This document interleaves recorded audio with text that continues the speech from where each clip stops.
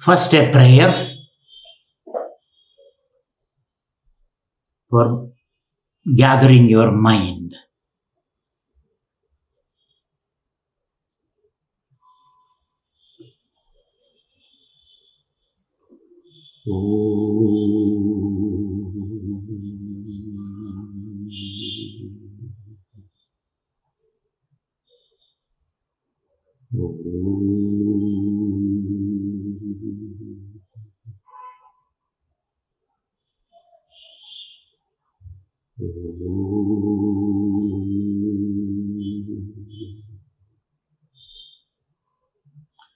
Agne tava yastejastad brahmam adastum pratyaksham brahmasi tudiyaha indriyani mano buddhiri saptajikvaha tuyi vishayayiri samidho juhomi ahamityajyam juhomni tumna prasida prasida shreyascha prayascha prayascha swaha.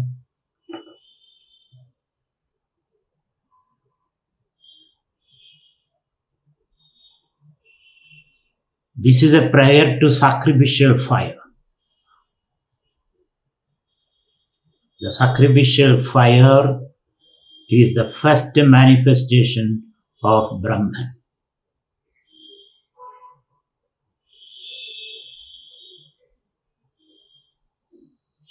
And into that sacrificial fire, and that sacrificial fire manifests through the mind and the five sense organs. Mind, buddhi, intellect, and the five sense organs. And into these fire that manifest through the five sense organs, we offer the vishayas, sensations, touch, taste, smell, sound, sight. All these five sensations are offered into the sacrificial fire, which manifests through the five sense organs, mind and intellect.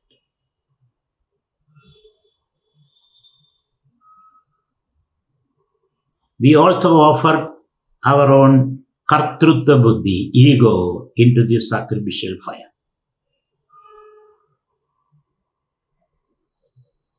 So instead of offering twigs and ghee, clarified butter, in this jnana yajna, we offer our ego and the five sensations. And our prayer is, Tumna prasida, bless me. Shreyascha prayascha prayascha. Please send me material and spiritual well-being. Bless me with the material and spiritual well-being.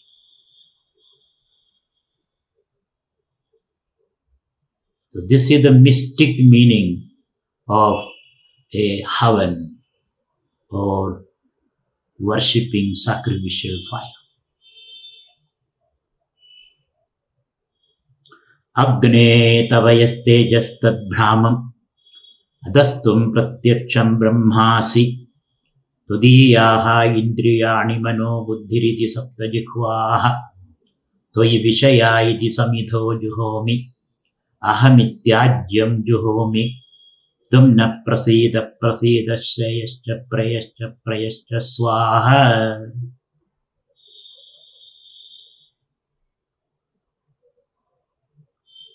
Hari Om.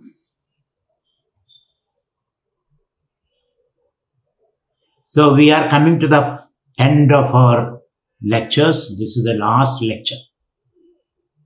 I hope you enjoyed the series as well as I enjoyed it. If the speaker doesn't enjoy it, the listener won't enjoy.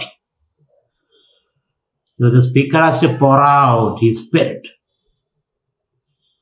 In the crucible of his mind, he has to process all the information and then pour it out.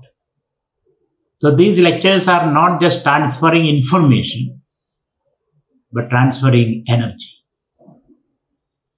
You must feel a transformation in the process. That was it is not that how much information you gathered. That was not the objective of these talks. And I titled this talk as Wisdom Unpacked for Daily Living. That was a challenge. How do you apply this wisdom, this age-old wisdom, in your daily living? As you face various challenges. And there are plenty of challenges. Old age is a challenge. Loss of loved ones, loved and dear ones is a challenge. The pandemic is a challenge. Death is a challenge. Ultimately, we all are walking into the open mouth of death, isn't it? That is where we are headed as a physical being. So all these are challenges. And we have to face it. We have to face it happily, creatively, and we must enjoy the whole situation. So how do you apply this knowledge in your daily, day-to-day, moment-to-moment life as you face challenges? This was the idea I had in mind when I designed these talks. The last set of talks were on Brahman, Dharma and Karma. The Brahman talks, we try to explain what is your nature, that you are pure spirit, pure consciousness, immortal, pure consciousness. The rest are all just bubbles around you, smoke around the fire, as they say. And we must live that life. It is not just a matter of faith. You must live that life. You must take risk. When you live that life, you are taking a risk because you don't know whether it is true or not. But there is something within you which say that this is the truth. So one must live and take the risk. That was the Brahman talk. So there was a shift. We expect a shift, a paradigm shift from I am the body to I am the spirit attitude. And then we talked about Dharma. How do we relate with the world, people, animals, trees, environment? How do we relate? So we propose an idea of non-violence, ahimsa, inclusion, sustainability and all that. Let us love the other, include the other, respect the other. Not only human beings, but animals, trees, our environment. So to exist is to coexist, as they say. This was the main theme of the Dharma talk. And I went into various nuances. How do you design your response in the dharmic way to these unfolding situations? Then we came to the Karma talk. So Karma talk, we have to make choices every minute, isn't it? Unlike animals. Animals are acting based on their impulses. We stamp on the tail of a dog. The dog will turn around and bark. It has no choice. Dog has no choice. But you have a choice. If somebody stamps on your toe, you have a choice. You can bark at him. You can smack on his face. Or you can smile. My friend, you are stamping on my toe. Don't you know? Are you not empathetic? Are you not sympathetic? So we can ask this question and make him feel that he's not doing the right thing. So that's a non-violent way for solving the problem. Otherwise, you hit him, he hits you, both of you are in the hospital, isn't it? Which is not an ideal situation, which is not a solution. So karma means we have to make these choices, very informed choices. Of course, our choices, we found that our choices have got constraints. All that you wish cannot be acted upon. All your wishes cannot be acted upon. I want to fly, but can you do that? Birds can do that. Every morning I see these birds flying and then, circling around in the sky, and I also feel, I want to fly, but I cannot. But you can bring technology, and then you can fly. There are birds who can fly 7,000 miles at a stretch, without any rest.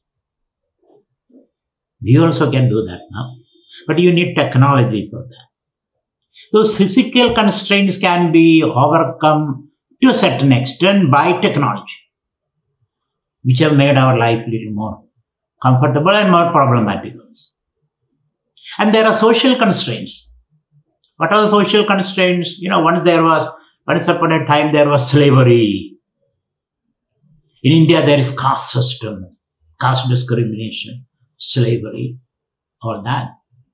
But then we rebelled against it. There were social movements.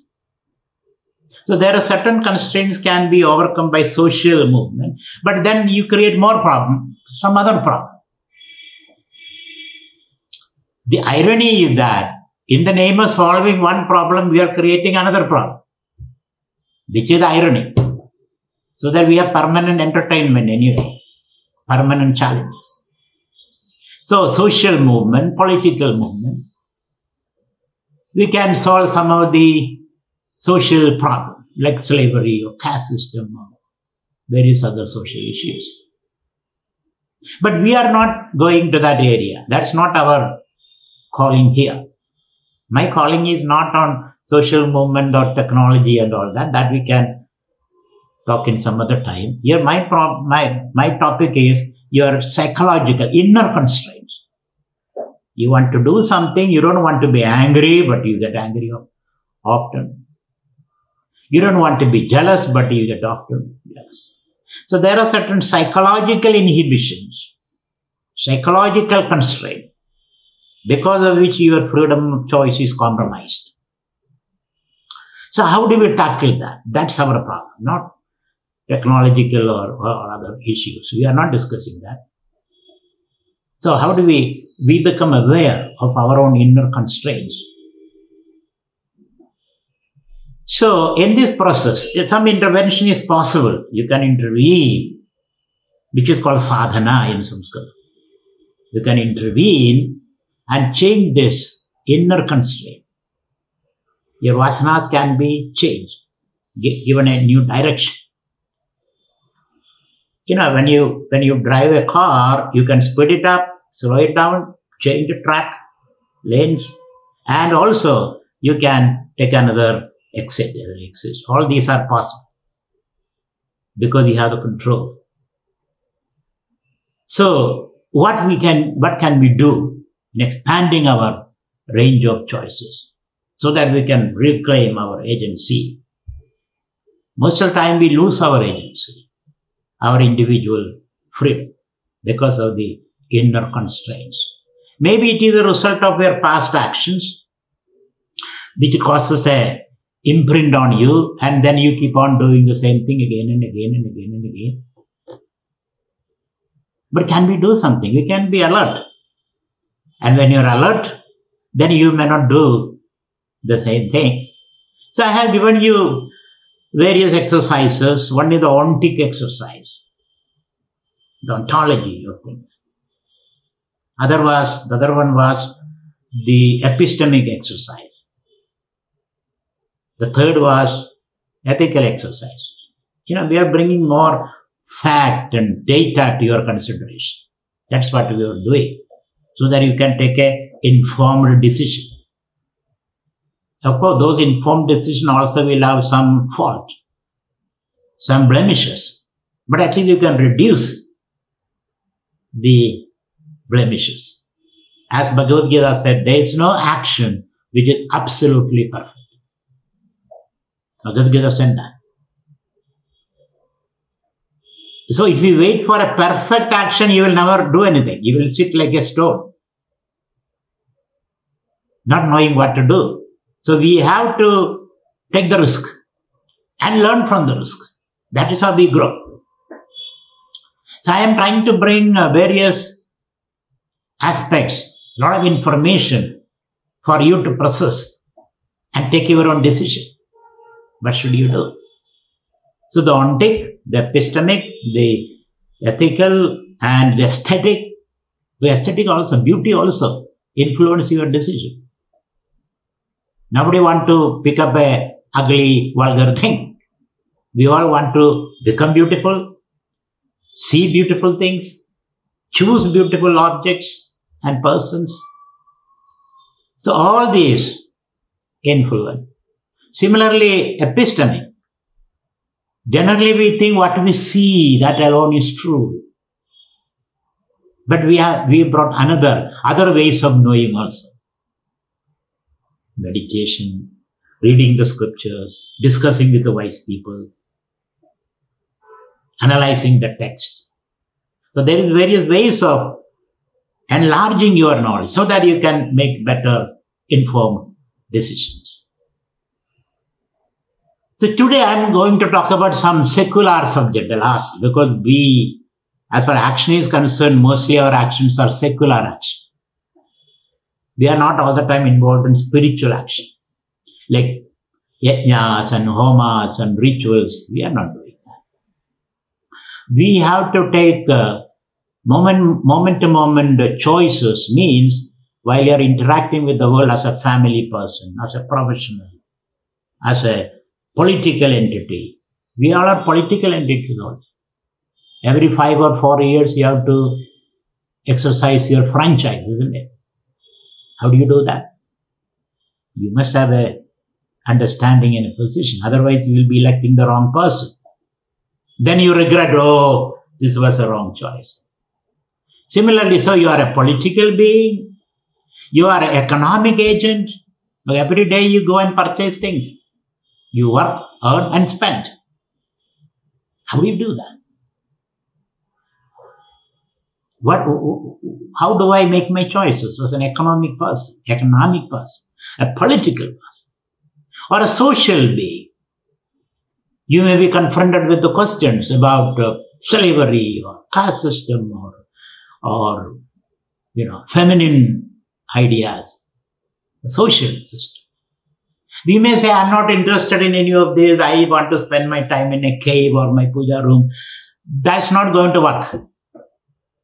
These questions will confront you continuously. And earlier, these questions were tackled by elites, learned people. They alone face this problem. Or poor people who are so busy, making both ends meet, they have no time to discuss all those things. Now, every household I find these problems. And I am going to list all these problems. Though I may not be able to give you solutions. But regional awareness is good. Every household, because TVs, social media, internet, they are bringing all the whole world problems into your bedroom, bathroom and kitchen. And their debates are going on. People taking different positions and standpoints, viewpoints. So you cannot escape from this. So it is better we confront them. Because at least we are in a leisurely condition now.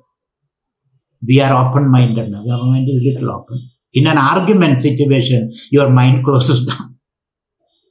You take position. But before we take a position, before we engage in an argument, let us bring all these data. That's what we are going to do today in ideological basis. What is ideology? Idea and ideology. So ideology is a set of beliefs again. It's a set of beliefs. But well argued, well conceived and argued. I would say ideology is a mix of faith and reason, with a teleological tinge about it. What is the ideological tinge? It promises you something. An ideology promises you something. As Winston Churchill said, give me your blood, sweat and tears, I can give you freedom. Whether he gave freedom or not, it is a doubtful proposition. But they demand something, this ideology. They promise something. And anybody who promises an end value can be called an ideology. So ideology is a mix of faith and reasoning also. They are well argued. Historical argument and rational arguments are given to establish their ideology. And we all are consciously, unconsciously following certain ideologies. What are the dominant ideology in the world today? Let us say Marxism, capitalism, feminism, Freudianism. Freudianism also is an ideology. Freud claims it is a science. Psychology is a science, but I don't think it is a science, it's an ideology. It promises something, an ultimate solution. But the truth is that there is no ultimate solution. I think I have told you this in my initial lectures. Then when Kissinger went to China, he discovered some truth from Chinese. He learned some truth. What is the truth? He says, American belief, for every problem there is a final solution. And Chinese believe there is no final solution for any problem. Think of that. There is no final solution for any problem. When you solve a problem, you are pushing the problem a little further. You are collecting the garbage from your courtyard and putting it on your neighbor's courtyard. Then when he wakes up, he finds extra garbage. He collects it and puts it back on your courtyard. Isn't it? Or you collectively collect all this and put it in a ship and send it to Bangladesh. Bangladesh people are so well informed now. They say, we don't want this garbage. Now it is floating in the sea. Isn't it? So that way, problem solving is only pushing the problem a little further. You have to live with those problems. And in the process, you can watch and then deepen your awareness and collapse into your consciousness. And from there you can see the whole thing is a drama, it's a play for my own entertainment. That is all what you can do. But at the same time, we are forced to make choices.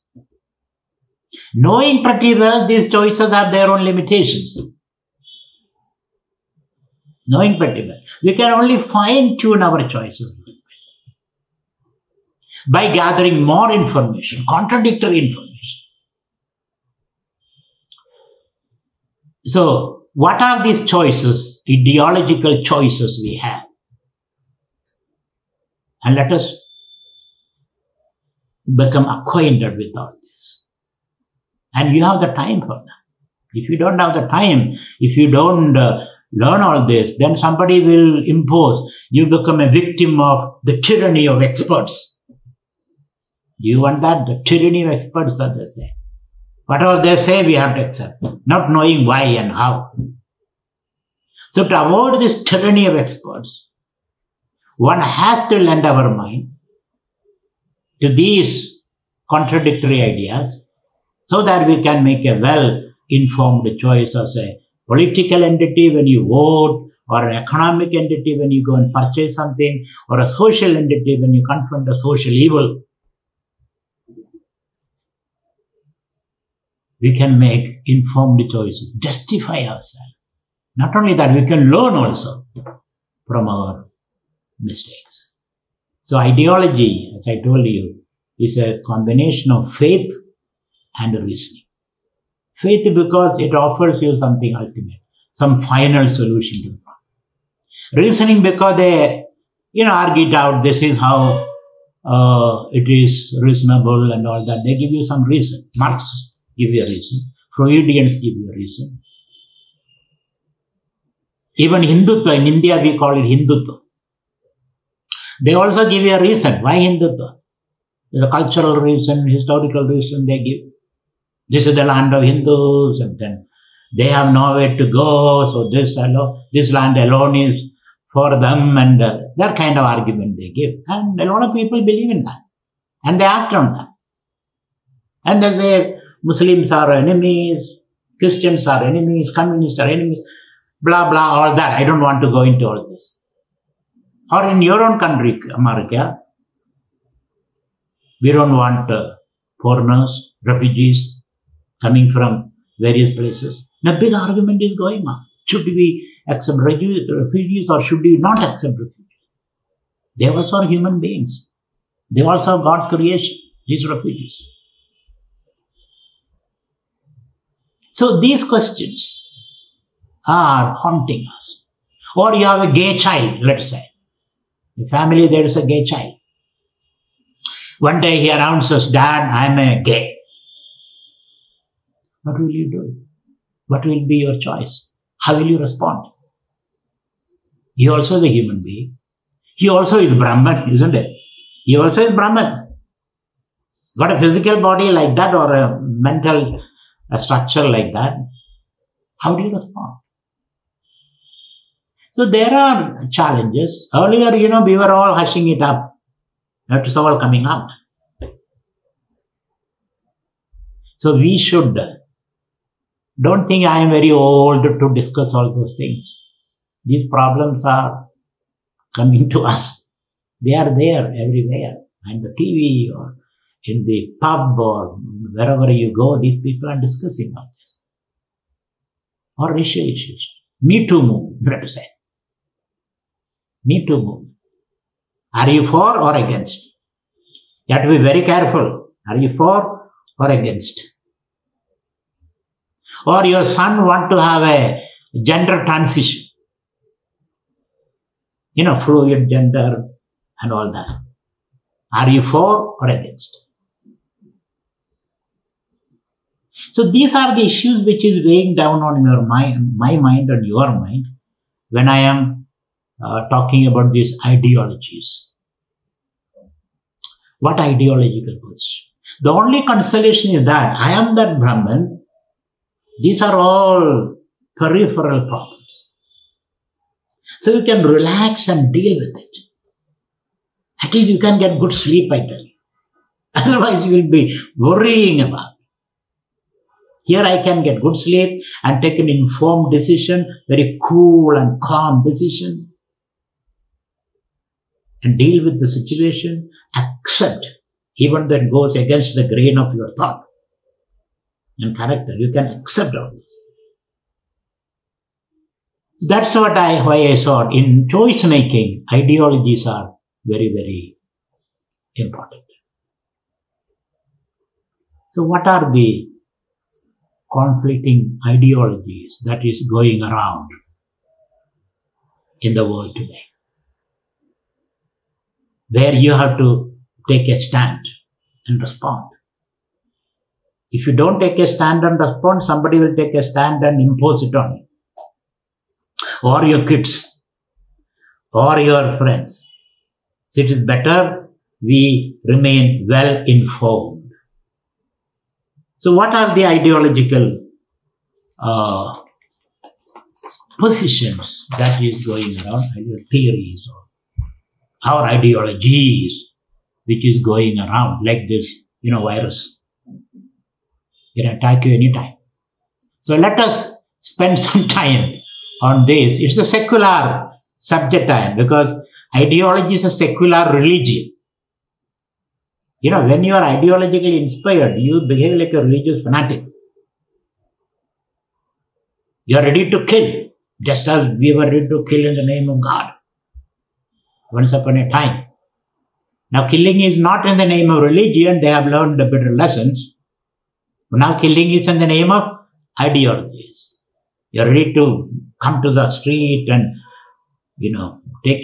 put your fist into the space and you are ready to do everything. So what are the dominant ideologies in the world today. This is for your entertainment, I think. The dominant ideologies in the world today.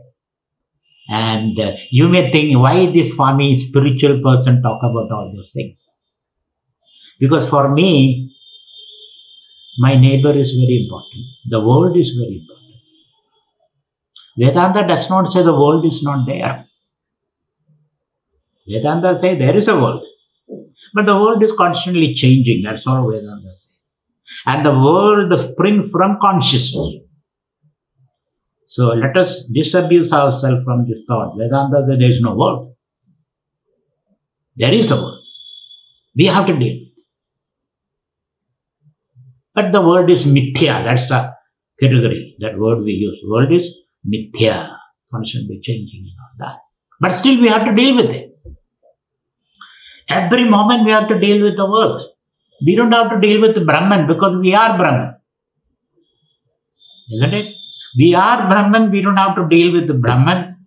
Brahman and we are one of the same thing. What we have to deal with this is phantom, this world. Some are scared of that. Some knows it is only a shadow. Enjoy it. Isn't it? So as far as Brahman is concerned, there is no doubt. But the world is concerned, we have to gather information, process it, and then respond. Otherwise, there is suffering. There is suffering. A lot of people unnecessarily suffer. Once we have this understanding, there will be less suffering. Otherwise, there is a lot of suffering. There is no rhyme or reason. We are suffering. So, let's see, what are these ideologies which is floating around?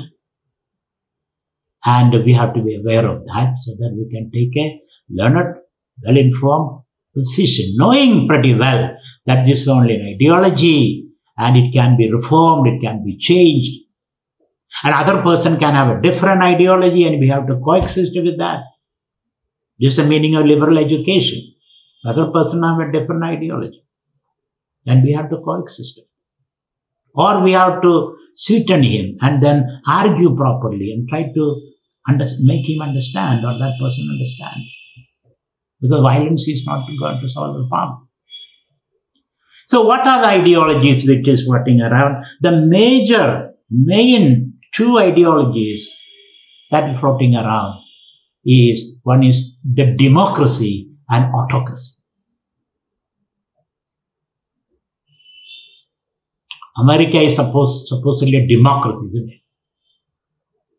China is an autocracy. Autocracy means one man rule, one party rule. No election, nothing. Democracy means it is bottom up. Power flows from bottom up. You can vote out your president every 4 years. But you cannot vote out Xi Jinping, isn't it? China. He is there, like a leech sitting on your head. You cannot change it. He elected himself. He is not responsible. But he is delivering.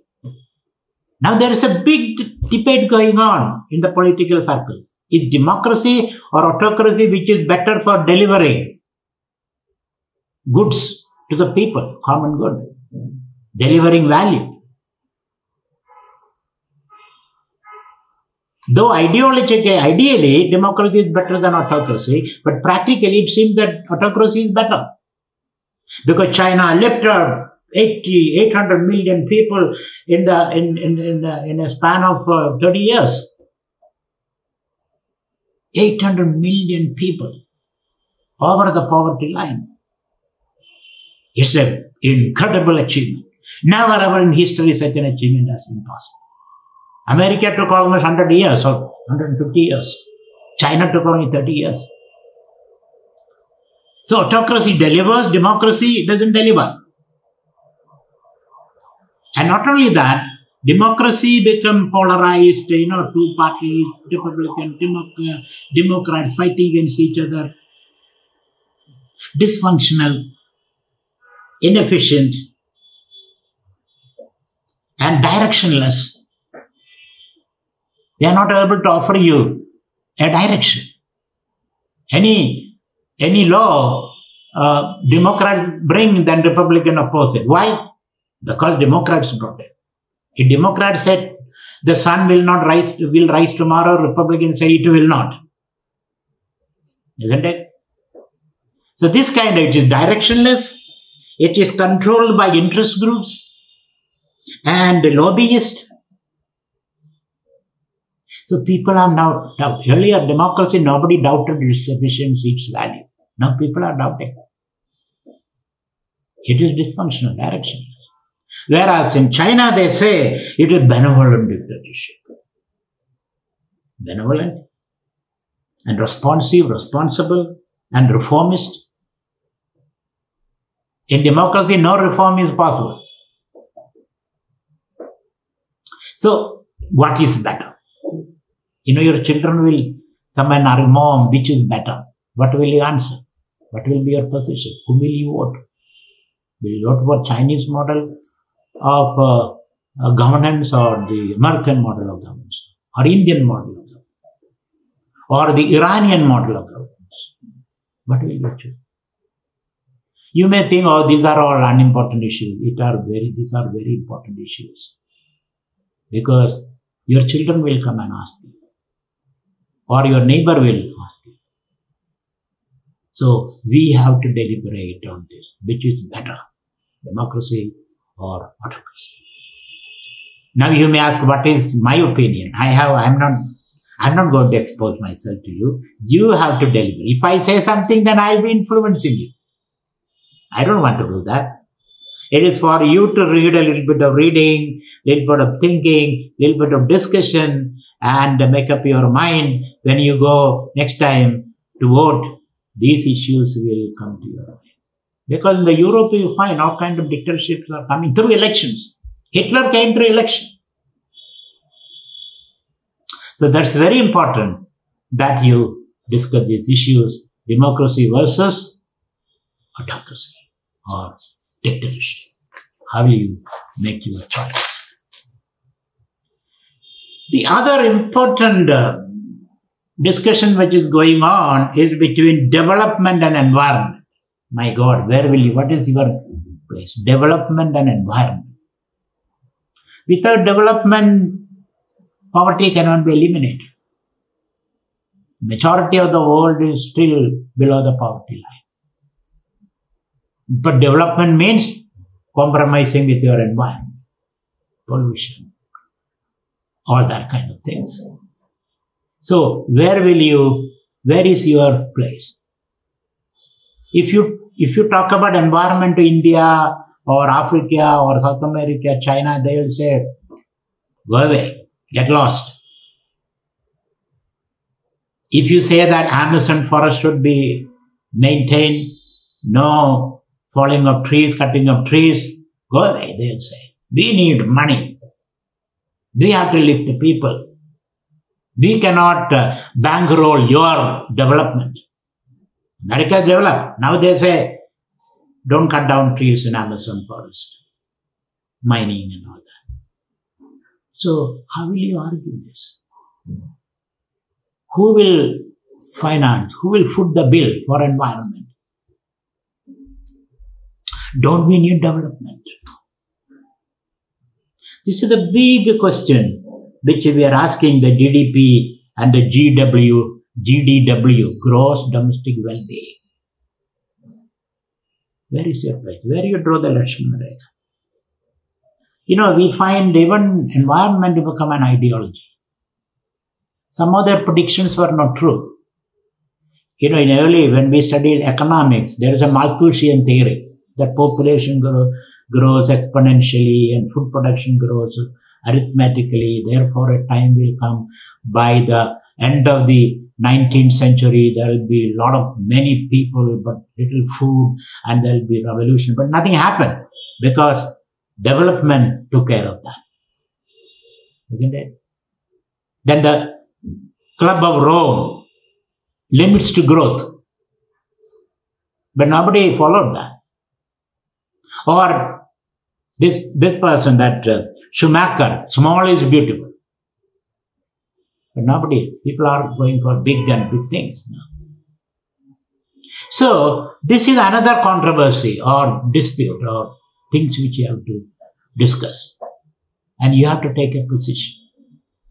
It's development or environment or where you draw the line, which is more important, for whom GDP is important and gross environment is important. All those things we have to discuss. I hope you are serious about it. Because you are bequeathing. This is what you are giving to your next generation, your children and grandchildren. One has to take a stand. Now, the other is market and state planning, another big discussion going on. Should the state take initiative or should the state step back? Less government, isn't it? More governance, less government. There are some people say more government, more intervention. So that you can help the poor people.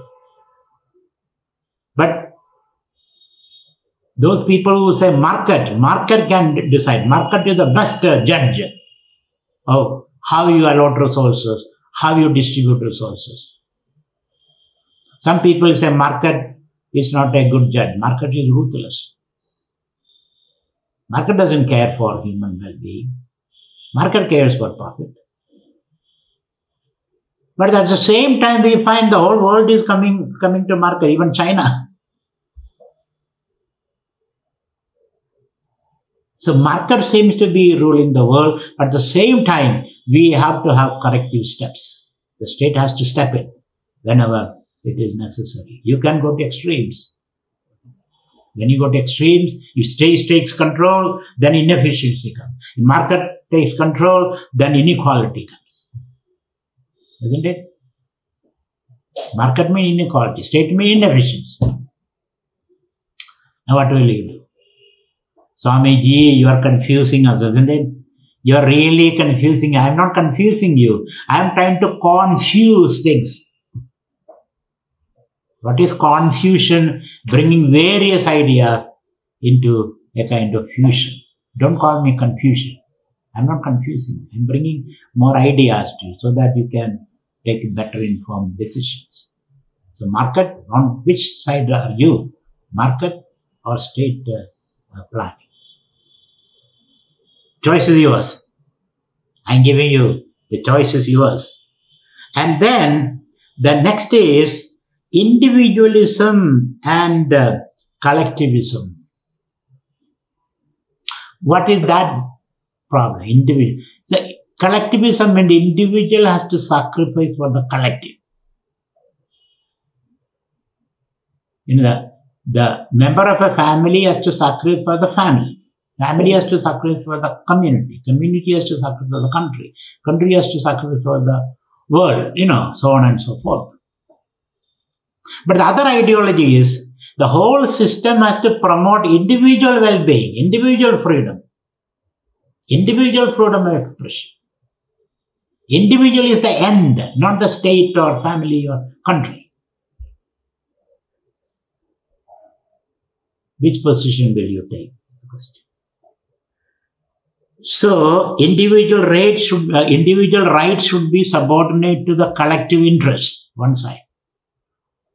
The collective should try to promote the individual well-being and freedom. The individual is not free. What is the point in having a state and a family?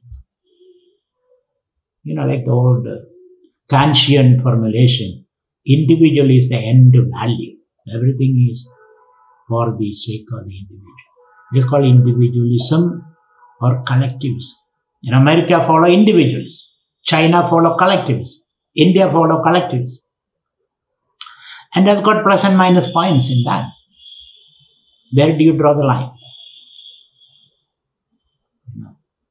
So, depending upon different situations, you have to draw the line. Sometimes you have to promote individualism. Sometimes you have to promote collectivism. And when to do what is your choice. It's your choice. When you know both, then you can take better decisions. Individualism and collectivism.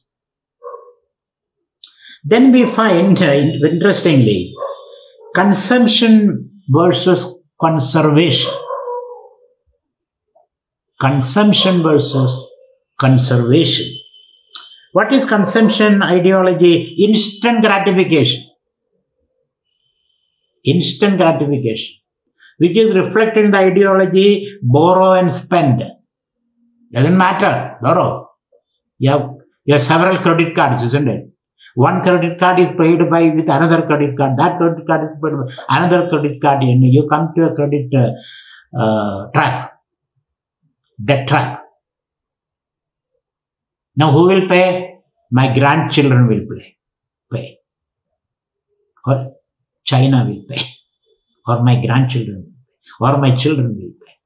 I want to borrow and spend. Are you a responsible citizen that way? Are you responsible? The profligacy of this thought.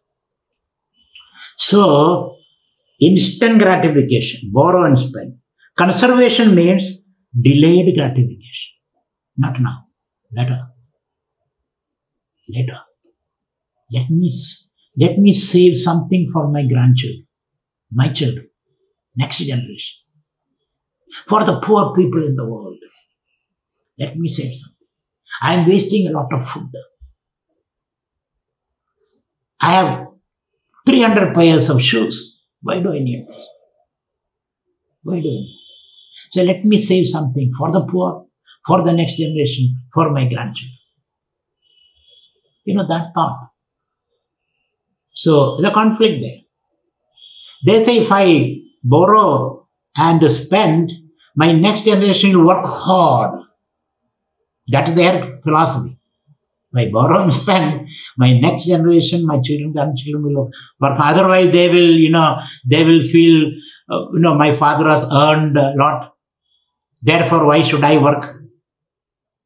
They'll become lazy bums. So don't give them anything. Don't leave anything for them. Let them develop new technologies. Let them bring minerals from the moon and the other planets. Isn't it? It's a wonderful idea. Don't leave anything for them. Everything should be spent by you. You earn, you spend. Let them earn, let them spend. Which ideology will you choose? There is a point in that. Technological change and revolution is possible when you are under pressure. Is there plenty of money sitting in the bank? You don't care. So, what should we choose? Then, conversion and conversation. This is another issue which I see. Conversion means you try to convert the people from one religion to another religion, one ideology to another ideology, by force or temptations and money or whatever. Conversion. I want to convert, otherwise I am not comfortable. A few people in Kalamazoo, when I was in Kalamazoo, a few Christians came to the ashram. And they were in earnest. There is a certain urgency in their voice. They quoted Buddha and then, very fashionable car they came. And then I received them, then we had a conversation. And there is a certain urgency. They said, there are only few seats available in heaven. Only few seats available in heaven. And I want you to go to heaven. Therefore, you become this particular sect of Christianity. That's what they were saying. I said, where it is said in the Bible, then they took some, opened the Bible and showed me, here it is written. Now, what should I do? Few seats are available. Unless I get converted, I cannot go to heaven, and for permanently I go to hell. Then I told them I would like to go to hell, because then I will be employed there. Heaven, there is only enjoyment, nothing to do. Let me go to hell. See, they are trying to convert you to their belief. I mean, you say they have the right, but I think that's not the right way to do it. We would rather engage in a conversation. Okay, you tell your ideology, your religion, I will talk my religion. They didn't ask me about my religion, which religion I belong, what is it, nothing. Just as I was patiently listening to them, I expect the same courtesy that they listen to me, so that you can create a flourish of faith. Change your ideas. They didn't do that. So who was the loser? Me or they? They were the loser. They lost an opportunity to engage with another person with a different background, different faith. So this idea of conversion, I can give you another example. A Christian came to India and met one of the Swamis. So he said, I want to become a Hindu. Swami asked him, what faith are you following now? I am a Christian now.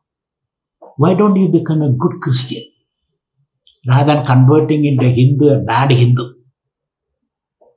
Be a good Christian. Take the best out of Christian. Take the best out of Islam. Take the best out of Buddhism. So whichever faith you are, strike deep roots there. So that there will be many trees in the garden of God.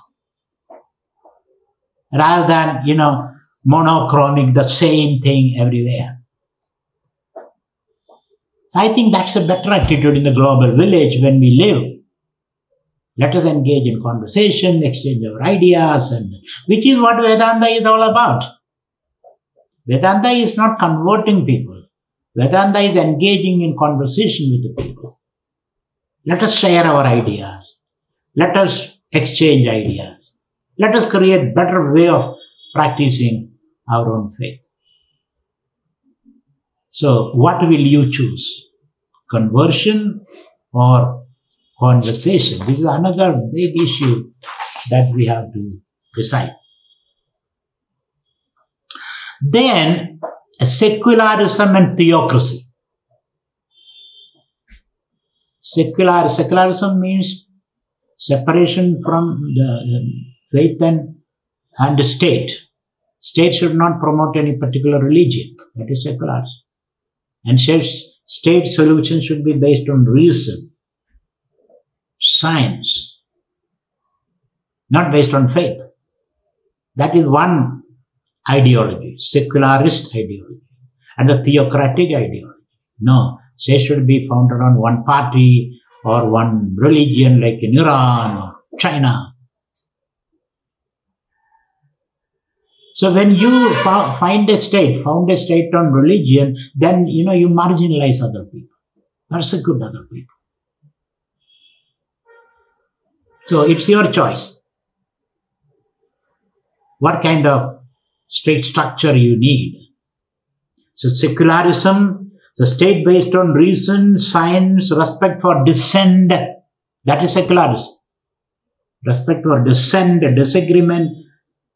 Truth is the clash of ideas. That's a secularist principle. Whereas the theocratic principle is state is based on belief, faith, one party, majoritarianism. My faith is the true faith. I have the master key to truth, isn't it? So that creates minorities, false certainty also. Faith gives a false certainty. This is the truth. Then there is no doubt in you. That's a very serious situation. You cannot doubt. You cannot ask a question. If you question me, you go to hell. It is not appealing to us anymore. Then, of course, there is this between liberal and conservative, isn't it? In America, this is the big problem, liberal and conservative. Well, who is a liberal, accepting new ideas, ready to argue and convince and be convinced? I was arguing with a person, he said, don't try to convince me. Okay, I'm not trying to convince you, I'm going to engage in argument with you. Don't try to convince me. So, you should be ready to be convinced if that is rational, that is appealing to you. So, liberal is ready to be accept new ideas, ready to argue and disagree and be convinced and change. That's a liberal. And a conservative resist new ideas, closed mindset, slow to change. That's a conservative. What one would you like?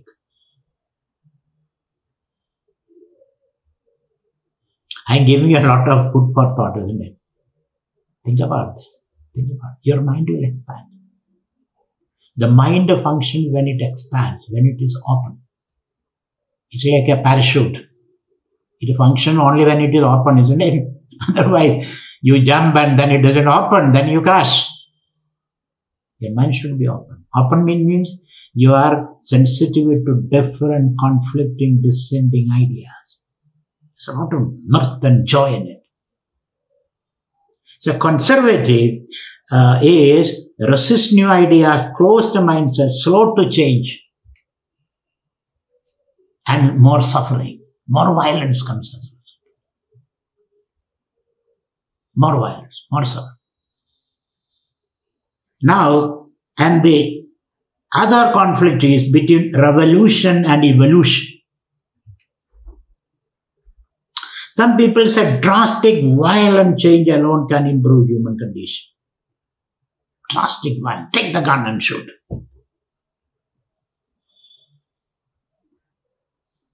Sometimes you feel like that, isn't it? Take the gun and shoot. You have been oppressed so long and you don't see any light at the end of the tunnel. Then you take the gun and shoot. Or commit suicide. I find in the Eastern tradition, when any problem comes, when you cannot solve it, the next thought is, let me die. Let me die. When you read Ramayana, Mahabharata, you find everybody is, when they face a problem and they find their dead end, their thought is, let me die. But in the West, I find they don't think like that. They try to solve the problem. How to solve the problem? That drastic difference is there between the Western and the Eastern mindset. Western mindset, somehow or other, they want to solve the problem. Escaping from the jail, prison. With a knife and a hammer, they could cut into and then make a tunnel and then escape. That's the Western mindset. I appreciate that. Eastern mindset is, oh, there is no solution, let me die. Let me die. So, the question is that a drastic, violent change alone can improve human condition. Like a French Revolution, American Revolution, Russian Revolution, Chinese Revolution. Whereas in India, it is Gandhian evolution. Slow and steady change. Then you find, slums, large slums coexisting with, big buildings, swanky buildings on one side, surrounded by large slums. You don't find it in China. You don't find it in US also. When you go slow, this is the problem. But then, millions of people die because there is a revolution. What's your choice? Tell me, sir. What's your choice? If you are given the baton and to take decision, what will be your choice? This is applicable in the family setup, in the community setup. Revolution or evolution. Brute force and soul force. Brute force means you are impatient, aggressive, self-assertion. That is the brute force. And soul force means perseverance, patience, self-sacrifice. Gandhi and Martin Luther King, they followed the soul force. The moral arc will turn to justice, as Martin Luther King said. Isn't it? Gandhi, slow and steady. Gandhi believed he can change the mindset of British people by self-sacrifice, by fasting and all that. Churchill thought, old man, he is not dead yet, because fasting, Gandhi never died. That is what Churchill was wondering. He has been fasting so long, but he is not dead yet. Gandhi was too clever for Churchill. He fasted, but he didn't die. He was applying moral force on them. Waiting and applying moral force. Like the mother in family. In your families, when you don't behave properly, mother fast. The son changes. That is one method. Or revolution. Ban him. Revolution. Which path you will choose is the question. The path of self-assertion or self-effacement, self-sacrifice. You want to be a Mao and a Marx or a Gandhi or Martin Luther King. Choice is yours. Another important choice we have to make these days is between nationalism and globalism. Nationalism and globalism. Nation is paramount. Security of the nation, sovereignty of the nation, and hard and soft power and all that. Are you a nationalist or a globalist? Think of that. Where is your position?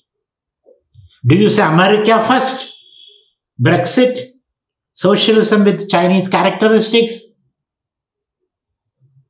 Or you say world is one family? Vasudhaiva Kudumbakam.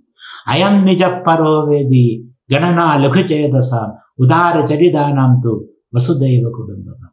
Yatra vishwam bhavad eganedam. Where the world become one nest, one family. What ideology you will espouse? Are you ready to die for your country? Or are you ready to live for humanity is the question. The big challenge that we are going through. The nationalism and globalism. Sometimes globalism come to the forefront, nationalism go to the background. Now nationalism coming to the forefront, globalism going to the background. What is your choice? Then feminism, I think I'm saying the right thing. Feminism and patriarchy. Don't think patriarchy is down and out. No, it's coming up again and again. What is the feminist argument? Women has been long suppressed. Do you agree with that? Exploited. Has to capture power, self-determination. How they use their body, self-determination. Whereas patriarchy says, women are weak and fragile, need protection. Pida rakshadi vaumare, padi rakshadi yavane, putra rakshadi vardhake, nastri swadandre markati. Don't leave women alone. They have to be protected by the father when they are young, husband when they are adult, and children when they are old. They have to be chaperoned all the time. Moral policing is necessary. Don't leave them alone. Isn't it? So women are frail, weak, need protection. Main role is reproduction, child care, and homemaking. Why not? Why not? This is the other argument. Division of labor. Or should women sit in the boardroom and White House and decision-making positions? I'm challenging you. I'm challenging the men in this group. Which position will you take? Which is very, very important. Then, last but not the least, freedom and food. Freedom and food. Do you need food or freedom? As Vivekananda said, not even God will dare to come in front of a poor person or a hungry person without food. Hungry person needs food, not God, not freedom. Give me food. But some other people say food can wait, I need freedom. I am ready to fast and die for freedom. So what is your choice? Food or freedom? That also is very, very important. I must stop here. I cannot go on and on like this. Now I have given you some cues, some ideas. Just think about it. When you meet another person, discuss. A person who live a different life, look different, think differently. Let these ideas come to you. And there are various other things also you have to think. Pluralism, totalism, anarchy, order, common sense, expert sense. These days we are ruled by experts. Expert sense they call it. But they have no common sense. That is the problem. Most of the truth are hidden in common sense. Experts they become blind. They become stubborn experts. They don't want to listen to. The doctor doesn't want to listen to the patient. I have all solutions. I have already diagnosed your problem. The machine has told me. Patient said, let me tell you something. Or the economist doesn't want to listen to the farmer. Isn't it? The tyranny of the expert. Or the common sense. We have to, you don't have to choose between them, but some via media we have to arrive at.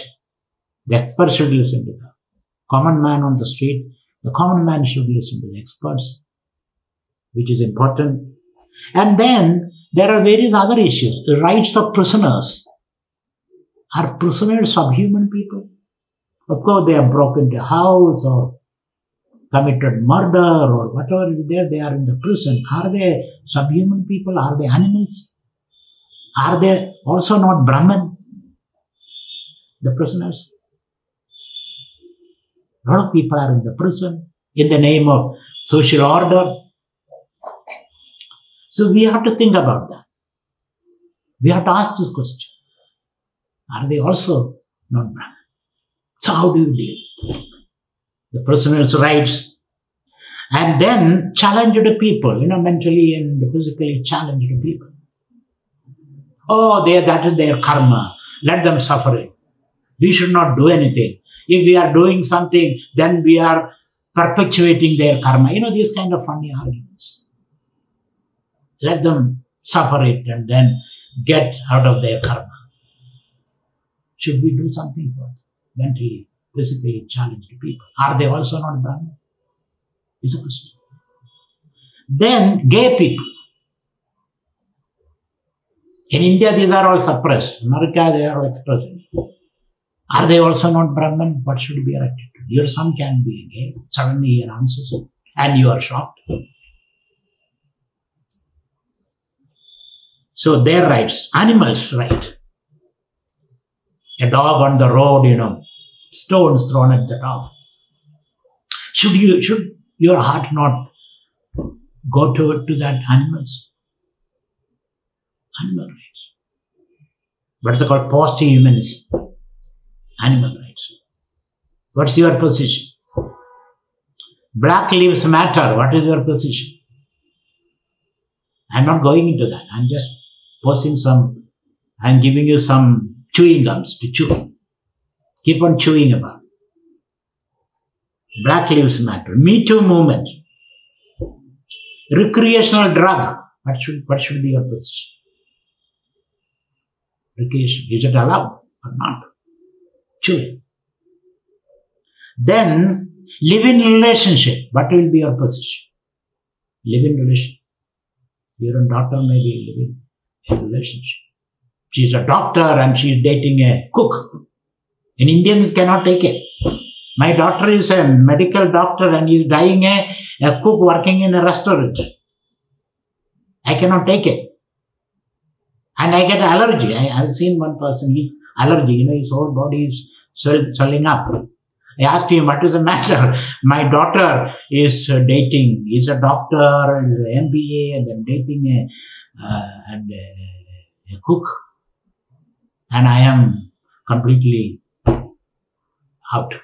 And he died. He died also. Is he also not Brahman? Ask this question. That Brahman is a key word for solving all problems. Immediately you should ask this question. Is he also not Brahman? So live-in relationship and abortion rights, which is a very tricky. The child which you are, the fetus, that also is not Brahman. So you have to bring the Bhagavad Gita standpoint. Nayam handina hanyade. When something happens to the physical equipment or the body, your soul is not affected. How do you bring the Brahman argument in the discussion on abortion rights? How do you bring the Brahman? So, right to gender transition. We are talking about the Mahabharata, there is a story. A man wants to know what is the pleasure of a woman. Erotic pleasure. And he went to Rishi. Can I become a woman? Rishi said, yes, you can. Try.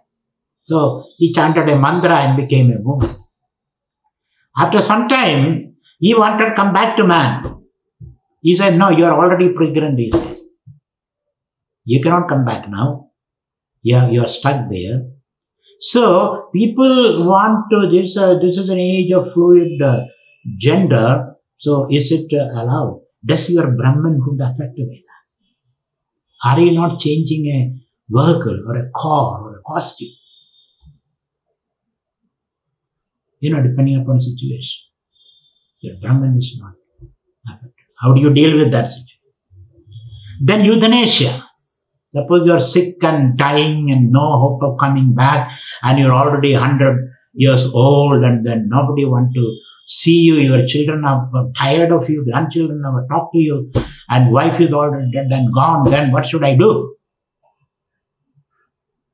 Euthanasia. Is it allowed? Is it allowed? Or should the hospital keep you under ventilator for another 1 year and take all your money? What should you do? This is another question. Euthanasia is a capital punishment. What's your position? Capital punishment. It's a very interesting. Terrorism. What is your idea? Terrorism. Some people go to become terrorists because they have no other option to express themselves. So what's your position? So your child is in a terrorist organization. What is your position? So these are the issues, burning issues, that is staring at us. And we have to take some position on these issues. And you take a position based upon the idea, we are Brahman. We are immortal. The rest are all happening around you, like watching a movie. So, gather as much information as possible, discuss with the people, and then finally take a position. You will have to take a position. Every 4 years you have to vote. Every day you have to go to the market and buy something. Every day you are meeting a person who has a different lifestyle, different way of thinking, and you cannot avoid it because you are traveling all over the world. Or the world is coming to your bedroom and drawing. So it is better that you are well informed so that you can get good sleep at least. Good digestion, good sleep. And I would say, if you get good digestion, good sleep, you are an enlightened person. That's what I would say, practically. So that you are at peace with yourself. And when you are at peace, you can take the right nuanced decision depending upon the context. That should be our idea So with this, friends, I am concluding this series of talks, and next week I am traveling. Maybe we can see next year. I don't know where we'll see you. And anyway, we are seeing next Saturday, Guru Purnima Day. Guru Purnima Day, I'll give you a short Guru Purnima message, and we'll have a meditation.